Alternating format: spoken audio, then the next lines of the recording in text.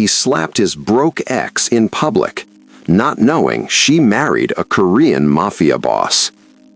The crack of skin against skin echoed through the marble corridors of the Lotte department store like a gunshot.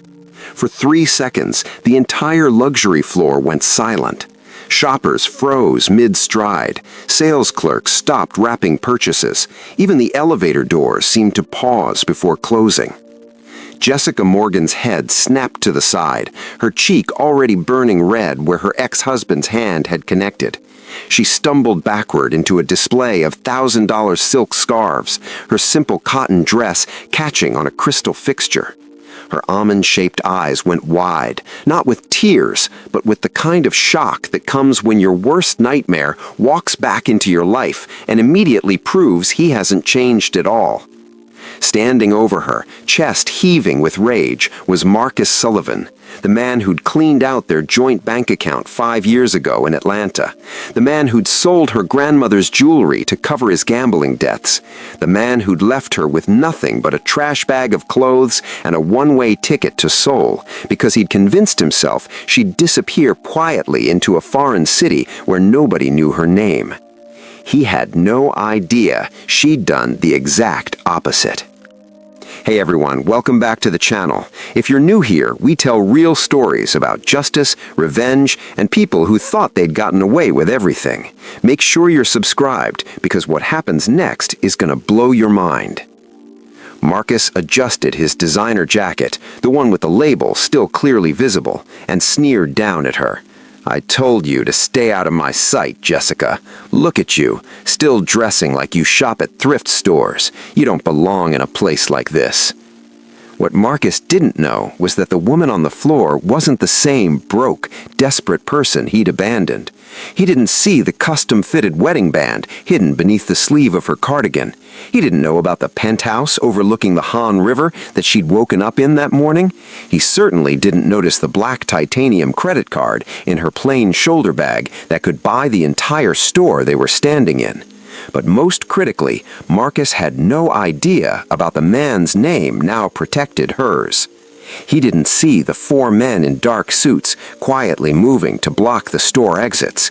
He didn't notice the sudden tension in the air as other shoppers began backing away, their faces draining of color as they recognized something he was too arrogant to see. And he definitely didn't see the tall figure stepping out of the private elevator across the hall. The man with jet black hair, a perfectly tailored charcoal suit, and eyes that held the kind of cold authority that made grown men confess to crimes they didn't commit. See Jin Wu, Seoul's most feared underground boss, Jessica's husband.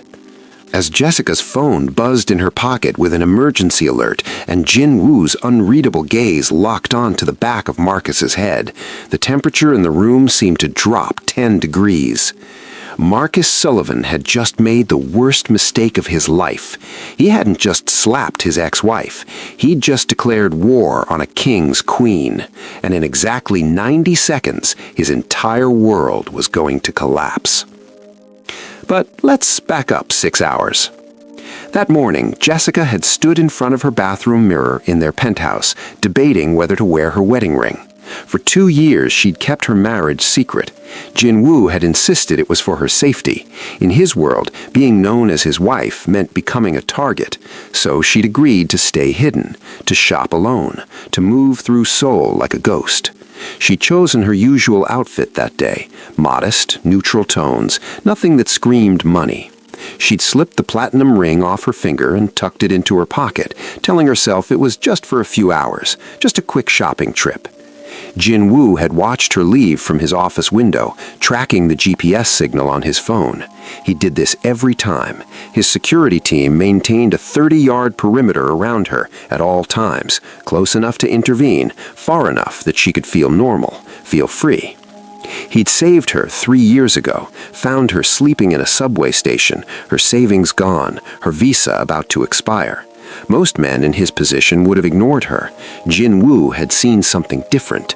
Not a charity case, but a survivor. Someone who'd been knocked down but refused to stay there. Their relationship had started slowly. He'd offered her a job first, legitimate work at one of his legal businesses, then friendship, then something deeper. By the time he'd proposed, Jessica had learned that the monster the media portrayed was actually a man who'd built an empire to protect people the system forgot. But Marcus Sullivan didn't know any of this. Marcus was in Seoul for one reason: to close the biggest deal of his miserable career. He'd spent 6 months courting 2 Korean investment firms, promising them access to American markets, dropping names, leasing cars he couldn't afford to look successful. This deal was supposed to save him. His company was drowning in debt. His fiancée's father was demanding results. Everything depended on the next 2 hours. He'd walked into that department store with his potential investors, trying to show them the lifestyle their partnership would afford. And that's when he'd seen her, Jessica, his failure, his reminder that he'd once been married to someone beneath him. The rage had been instant. How dare she exist in his space, in his moment of triumph? 5 years in Seoul and you're still dressing like a maid? Marcus had snarled, loud enough for his business partners to hear. Did you sneak in through the service entrance? Jessica had tried to walk away. She'd actually turned her back on him, heading for the exit. That's when he'd grabbed her arm, spun her around, and let his hand fly. The slap echoed through 3 floors. Within seconds, Jin Wu's head of security had activated Code Black, the highest alert, reserved for only one scenario: someone had touched the boss's wife.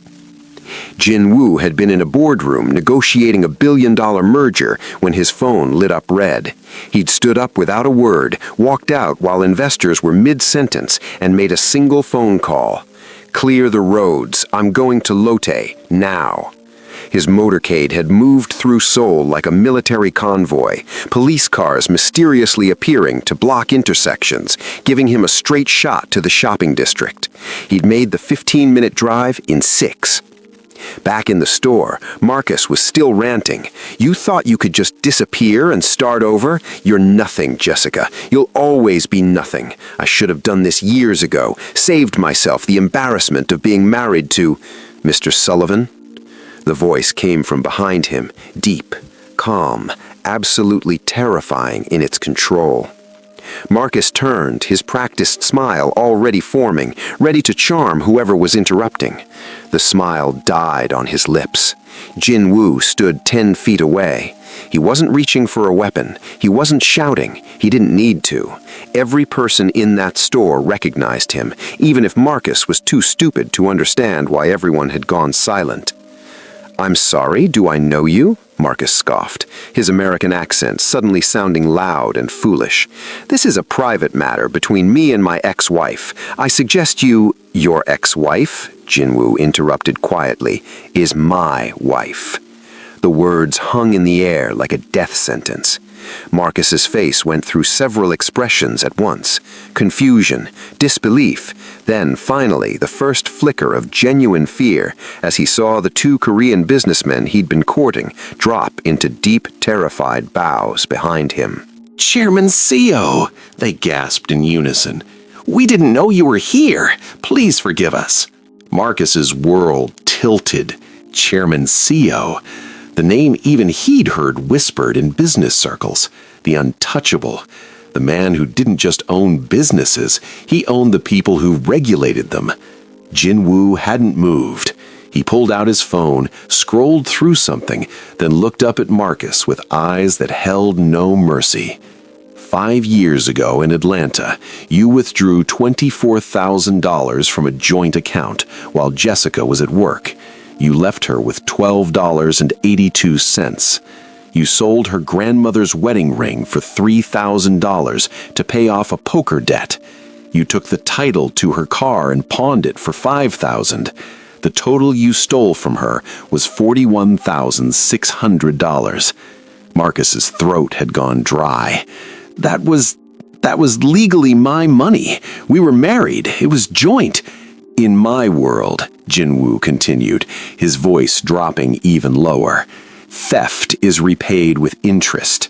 I calculate that debt at 1,000% over 5 years. You currently owe Jessica $416,000. He took one step closer, just one. It was enough to make Marcus stumble backward. But I don't want your money, Marcus. I want what it represents. Jin Wu raised his phone.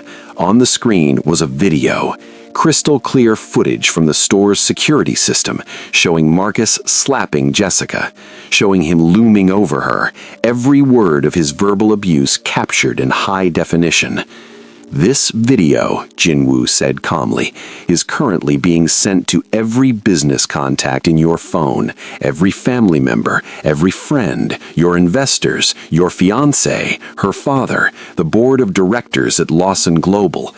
It's going viral on Korean social media right now. You wanted to be famous, Marcus. Congratulations. Marcus grabbed for his phone, his hands shaking. The screen was exploding with notifications, emails, texts, calls. Then his banking app flashed red, account frozen. "What did you do?" Marcus whispered. "I made you exactly what you made her. Broke, alone, invisible."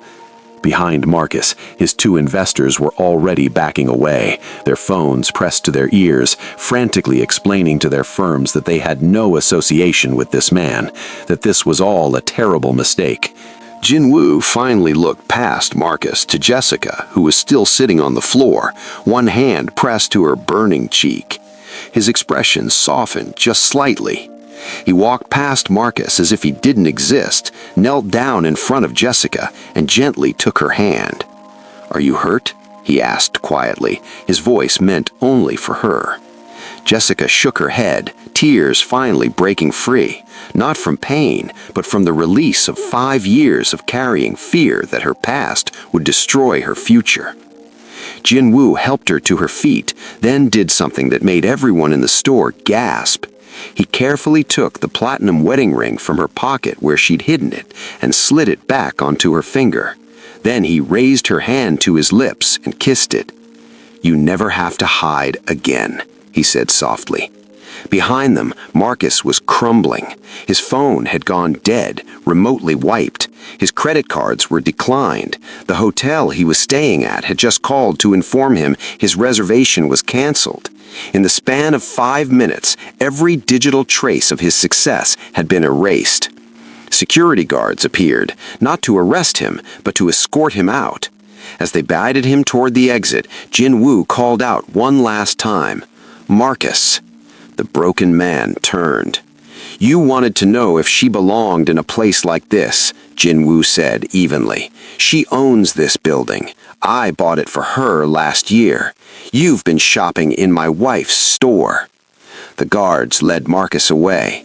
He'd make it to the airport eventually, after begging the American embassy for emergency travel papers. He'd return to Atlanta to find his fiancée gone, his company bankrupt, and his face plastered across social media as the man who thought he could abuse his ex-wife in public. But Jessica never thought about him again. 6 months later, she opened the Morgan Foundation in the heart of Seoul, a place for expatriate women who'd been exploited, abandoned, or abused in foreign countries. She'd taken her pain and turned it into protection for others.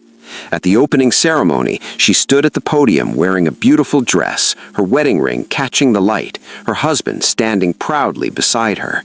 She was no longer hiding, no longer afraid. She'd learned something that day in the department store. Sometimes the ghosts of your past show up to remind you how far you've come, and sometimes those ghosts get exactly what they deserve. Thanks so much for watching. If this story got you, hit